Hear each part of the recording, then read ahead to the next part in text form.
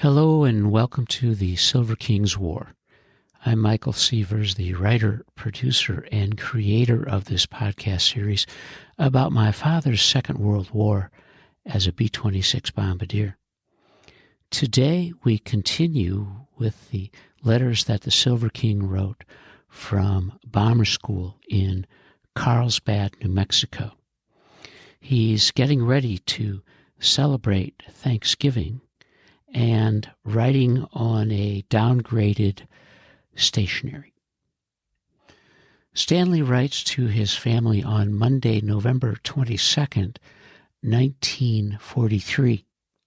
Dearest Ones, excuse the paper, but it's the best I have at the minute. I'm sitting in class with nothing to do. It's supposed to be study period because there is no instructor present, and I have nothing to study. Besides, I want to get this off to you today, as I won't be able to write tonight. I probably disappointed you again yesterday, and I'm sorry. Last week was plenty rough, and after dancing most of Saturday night, I was just too tired to move Sunday morning. Now I wish I hadn't promised you I would call every week. I guess I'm still lazy as before. I flew 2 days and 2 nights with 6 missions in all last week. There were 2 missions flown on each night, and we didn't get to bed until 1:30 a.m. each night. And even though we slept until 8 a.m., we were all pretty tired. It's swell riding at night, smooth as silk and really beautiful. I got quite a thrill out of it, especially seeing the lights of the city below. It looked like a big holiday tree.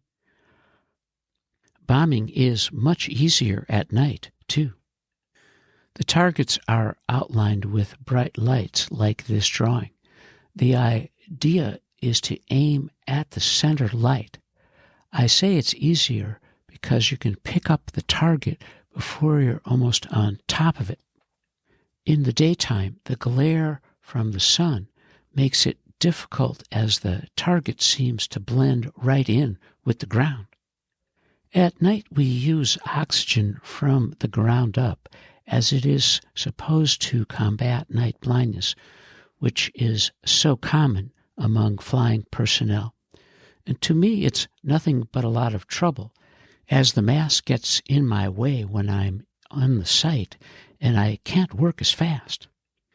Maybe someday someone will find something to eliminate the use of oxygen. Flying at night gives you an eerie feeling. The plane is pitch black inside, as any lights would reflect and blind the pilot. You have to feel your way around. All the instruments are luminous, and in the nose there is an ultraviolet light used only to take the different data down for bombing. If you didn't see the ground below you, though, you'd never know you were flying. This week, all our missions will be at night, Monday, Wednesday, and Friday. I'm not sure yet, but I think one of the nights will be a navigation mission. If it is, it will be pilotage alone, as you can't read drift at night, and DR would be useless without that. Pilotage won't be as easy at night as it is during the day. We'll only have the lights of towns and airway beacons to orient by. That eliminates highways and railroads, which are 2 of the best checkpoints to find on the ground. It will be a lot of fun, though. I know you're all excited about the kids being there soon. Leona will surely need a good rest, and I'm sure Ida will see that she gets it. You will really have fun with Richie now that he's bigger. I just wish I could be there to see his face. Xmas morning. Be sure to take a lot of pictures so I can see them when I get home in January. No more news. I hope this finds you well and taking care of yourselves. Things are swell here, and I'm feeling like a million. Don't be too lonesome, and write soon. Love to Ida. I love you and miss you, Stan. Stanley continues his classroom writing on Wednesday, November 24th, 1943. Dearest Ones, as you can see, I'm writing from class again. I've nothing to study, and this is the best way I know to take advantage of it.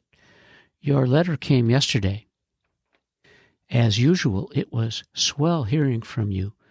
You'll probably be surprised to receive 2 letters from me. I only wish I could write more often. I know you were surprised to find my picture in the paper. I had thought it would be in there eventually. It's done by the public relations officer on the base here. Most of the fellows have received word from home of the same.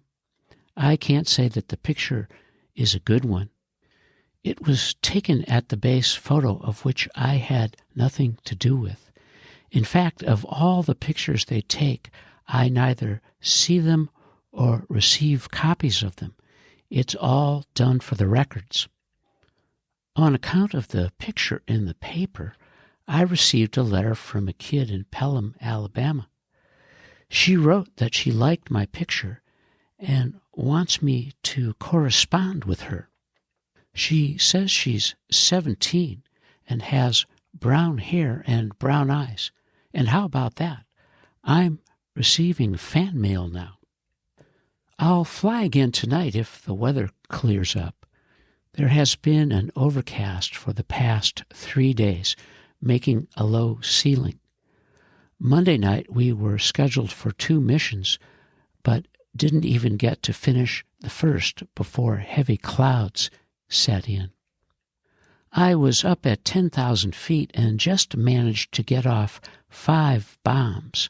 It was perfectly clear when we took off, but in an hour the clouds were as thick as soup. You couldn't see a foot on either side. We had to come down on instruments. At about 5,000 feet it cleared up. That is, we were under the ceiling and were able to land okay. If we don't fly tonight, it will be a break for us, as we aren't scheduled for any classes until 9 o'clock tomorrow morning, and that will mean a lot of extra sleep. Besides that, tomorrow being Thanksgiving, we get the afternoon off. 2 classes in the morning, and we're through for the day, and that's a good deal. I can use the rest. I'll have dinner at the base, as it will probably be a good meal. The Army really spreads it on for the holidays. After stuffing myself, I'll want to take a nap. I'll go in late in the afternoon to see Mary. Open post will be until 10 p.m. I'll surely miss you tomorrow. What I wouldn't give to be able to sit down at the dinner table with you. Well, there are only 7 weeks left, and I still have hopes of going back with you for a few days. I suppose Leona is busy packing. I haven't heard from her lately. I meant to ask you, is Cece coming down with them? It would be awfully lonely in the city for her with the kids gone, and you would have plenty of room since I won't be there. I know how excited you all must be. I can just see Ida. I can taste the first meal now. French fried chicken, squash, and cherry pie. Boy, if you have sent me another box, I haven't received it yet. I suppose the mails are crowded with holiday packages already. I don't want to promise to call you, as I don't want to disappoint you again. You know I'll call if it's possible. Received a letter from Aunt Lena. Just a note, they are all fine. Keep well and keep writing. Love to Ida. I love you and miss you, Stan. Stanley sends his family a post-holiday synopsis from class again, where he seems to have nothing to do on Friday, November 26, 1943. Dearest Ones, 7 o'clock in the morning in study class with nothing to study, so a letter to you. I'm glad I'm getting to write you more often, as my conscience feels a little better about it. And before I go any farther, I want to thank you from the bottom of my heart for the very sweet card. You think of everything, don't you? It surely couldn't have come at a better time. I was feeling very down in the dumps. I don't think I've ever been as homesick as I was yesterday. Oh, it was a swell day for all of us. The mess hall just put out a wonderful meal. I've enclosed the menu. You can see for yourself. I think it was mostly because of the lousy weather. It was cloudy and misty all day.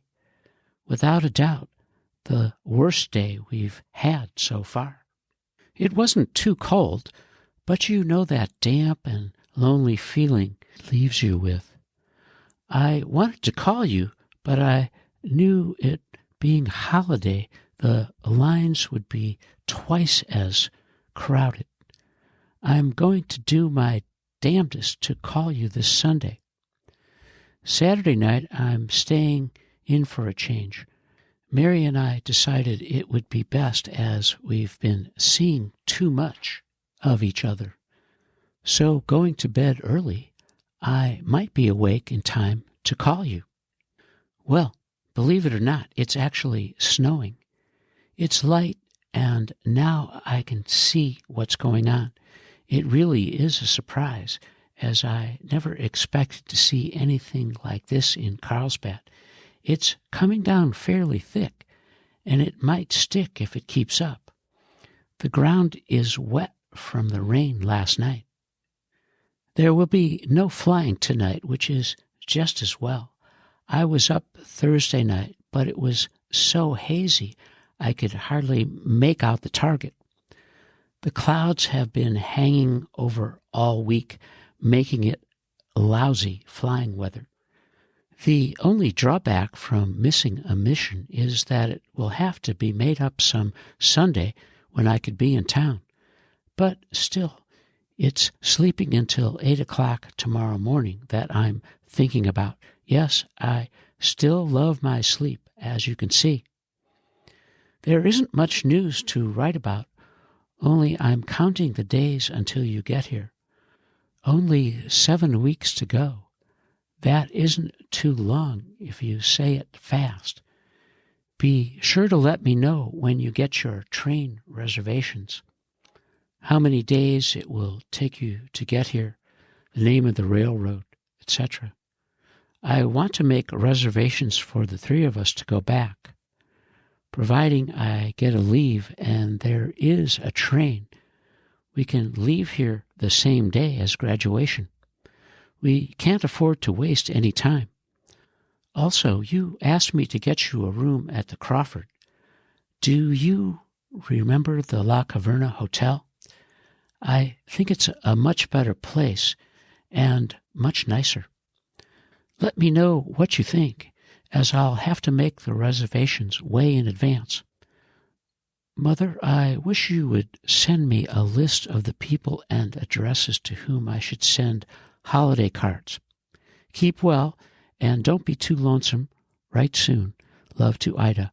I love you and miss you, Stan. Stanley has found some fresh new Carlsbad Army Air Field stationery as he writes home on Monday, November 29, 1943. Dearest Ones, received your sweet letter today, the first in about 3 days. It isn't like you not to write, and I was a little worried. It's such a relief to know you're well and all is okay. I haven't received a box from you as yet. It surely takes a long time for it to get through. I'll let you know as soon as it comes in. I've enclosed some more snapshots.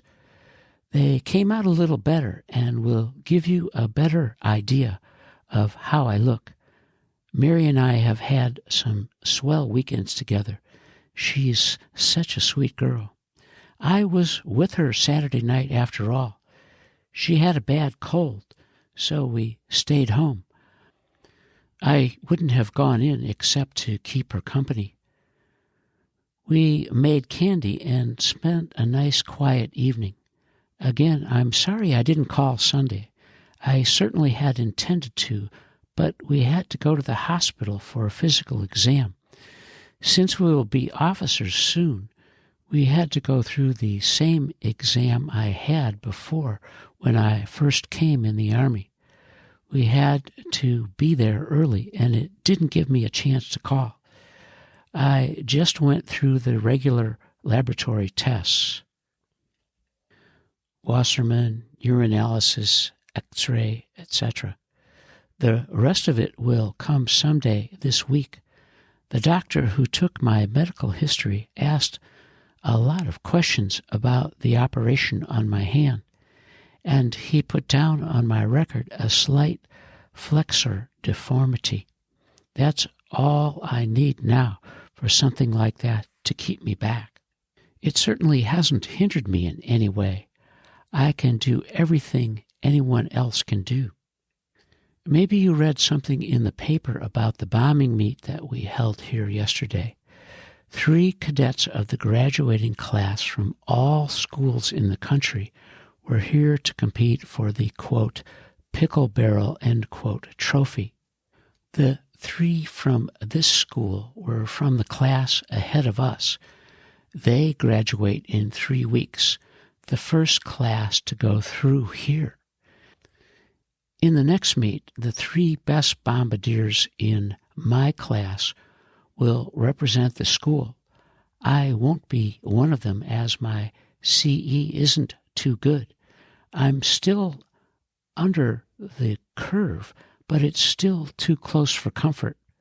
I fly again tomorrow night and will probably have 2 missions since we didn't complete them all last week due to the weather.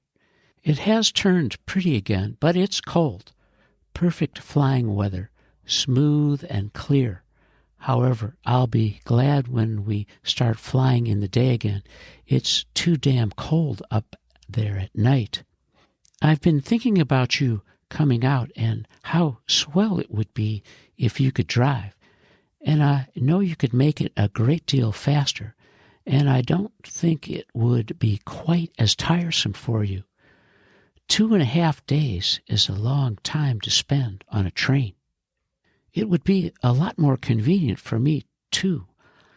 I'll have a lot of junk to take with me, and it would be simple to just throw it in the car.